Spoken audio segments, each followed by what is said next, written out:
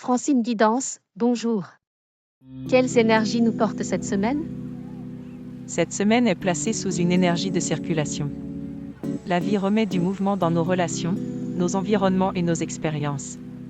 Certaines rencontres seront fluides, d'autres plus exigeantes, mais toutes ont le potentiel de nourrir notre évolution si nous acceptons de rester disponibles au mouvement qu'elles créent. En énergie rouge, la carte 8, le serpent, nous montre que nous abordons cette semaine avec une identité renouvelée.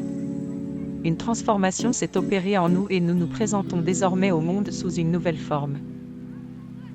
En énergie orange, la carte 4, la meute, nous révèle notre besoin de trouver notre place au sein d'un collectif. Qu'il soit choisi ou imposé, notre environnement nous invite à définir la manière dont nous souhaitons nous y inscrire. En énergie jaune, la carte 14, la tête, nous invite à agir avec réflexion et stratégie.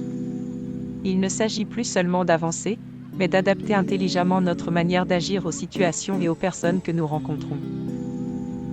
En énergie vert, la carte 9, le bourgeon, nous montre qu'au plus profond de nous continue de grandir ce qui avait pris forme quelques semaines plus tôt.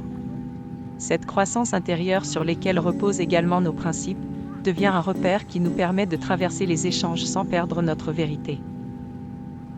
En énergie bleue, la carte 6, le nuage, nous rappelle que notre communication et nos interactions peuvent parfois être traversées par des tensions.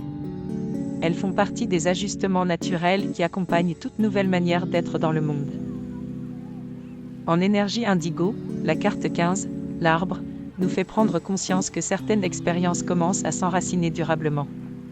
Au fil des échanges, nous découvrons progressivement les personnes, les environnements et les situations qui constituent nos véritables points d'ancrage. En énergie violet, la carte 26, le singe, éclaire le tirage en nous rappelant que chaque échange est une occasion d'apprendre. Les rencontres, les interactions et les expériences vécues enrichissent notre compréhension du monde et nous permettent d'affiner progressivement notre manière d'y prendre part. La carte conseil, le lâcher-prise, nous invite à ne pas interrompre le flux des échanges. Même si certaines rencontres ou certaines situations génèrent des tensions, c'est en restant dans la circulation que nous découvrirons progressivement les personnes, les expériences et les environnements qui deviendront nos véritables points d'ancrage. Voilà pour la météo des énergies de la semaine. Pour effectuer votre météo personnalisée, je vous invite à réserver votre consultation via Calendly, Francine Guidance. Contrairement à une guidance générale, je répondrai de manière plus précise à votre question par le biais d'une guidance flash, d'une durée de 20 minutes, et au prix avantageux de 15 €.